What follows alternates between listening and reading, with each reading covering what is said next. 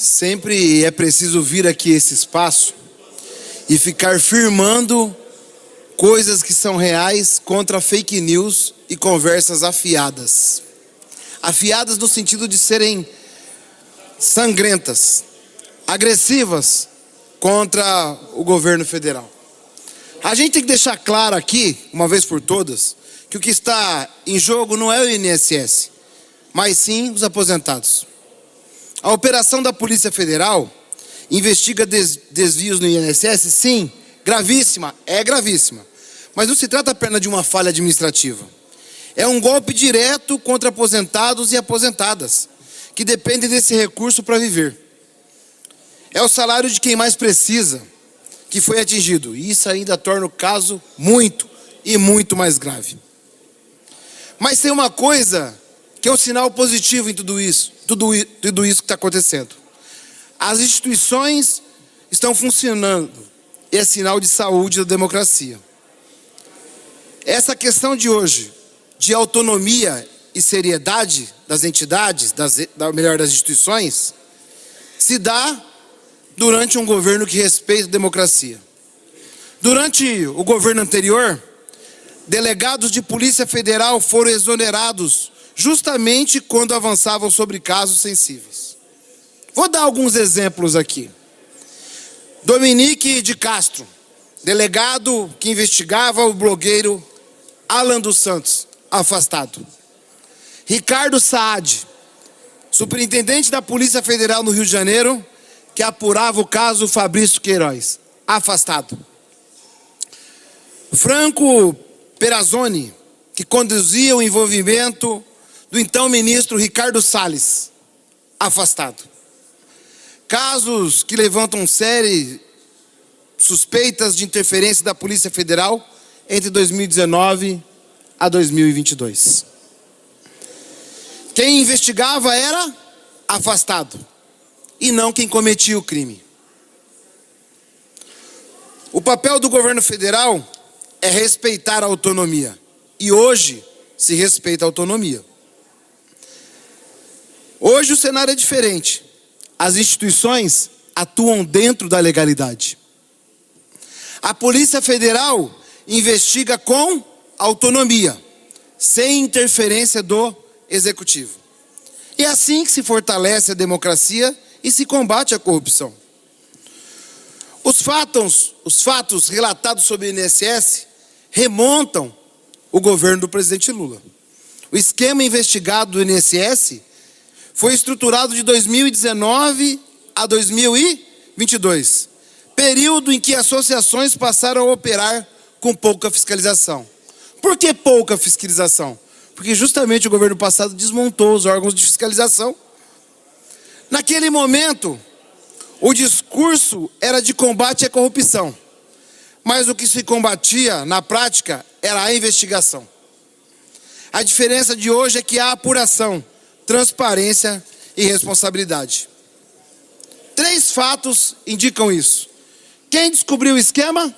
Governo do presidente Lula.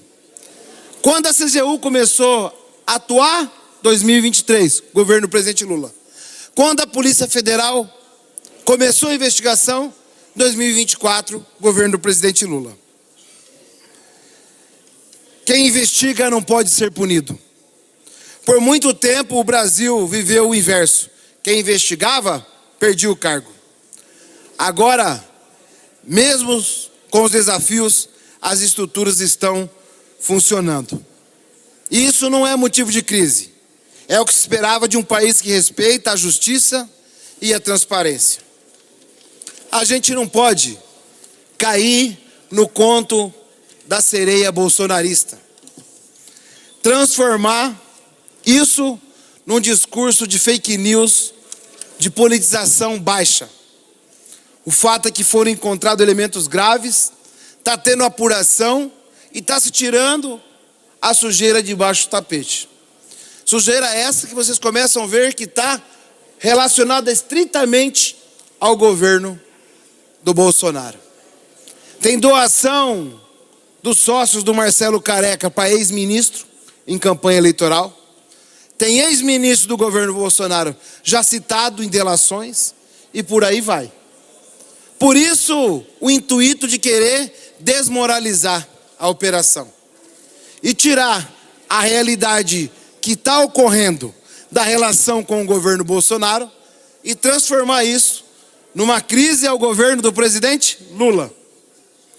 Quando eu vejo aqui o deputado Ricardo Arruda, o deputado Tito Barrichello, virem com essas falácias, colocarem as coisas, é fácil de identificar. Não sustentam em pé o que falam sentados. Não tem dado, não tem prova, não tem documento. O máximo que tem é um videozinho que foram orquestrados no tio do Zap do bolsonarismo para falar na sessão. E eu percebi que isso não ocorre só aqui no Paraná. É escalado um grupo todo nas assembleias, nas câmaras municipais, para ficar vomitando. Desculpa o termo, mas é vomitando na tribuna. De tanta fake news, de tanta mentira gritante, de investigados que eles citam sequer que sejam investigados. Todas as vezes que eu falo aqui e boto o nome nas pessoas investigadas, você pode colocar lá que tem foco documental.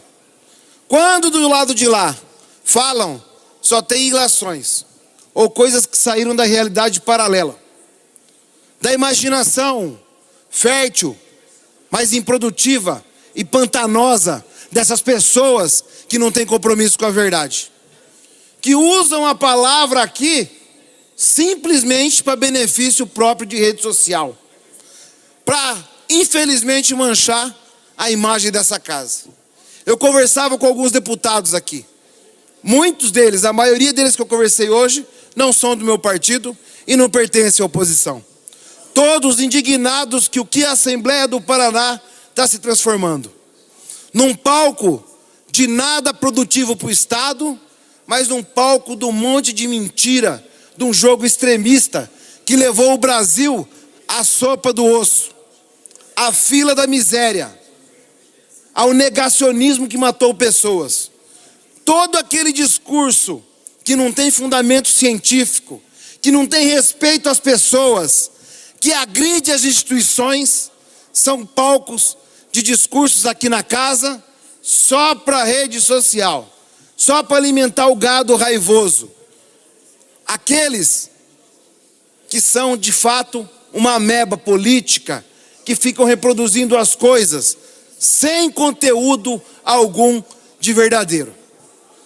A Assembleia do Paraná, que tem uma imagem boa, presidente, perante o povo paranaense, tem que voltar aos temas do Estado e parar com essa lambança de fake news, com essa parafernália de mentiras sobre o que anda acontecendo no Brasil.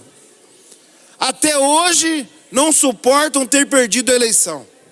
Até hoje ainda defendem o indefensável que se transformou no inominável, que foi o primeiro presidente da República que não se reelegeu na história do país e que está envolvido até a tampa, onde o filho, que era um dos cérebros, se a gente pode chamar aquilo lá de cérebro, era um dos organizadores da perversidade, vazou fora do Brasil porque está com medo de ser preso.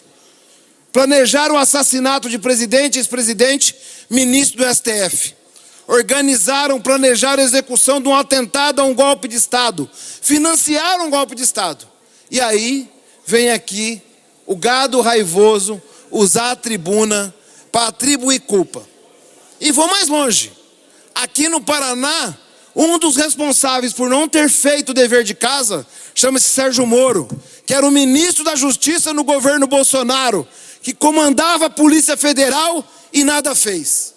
E hoje eu tenho aqui pessoas que vêm aqui criticar que está sendo feita a investigação. Nós, mais uma vez, volto a falar aqui, nós não vamos punir quem investiga. É o contrário disso. Nós temos que punir aqueles que cometeram os erros. Não fazer com que as pessoas que investigassem, como no passado, perdiam o cargo. Temos que garantir a seriedade desse processo. A instituição tem, deve e é vital estar funcionando.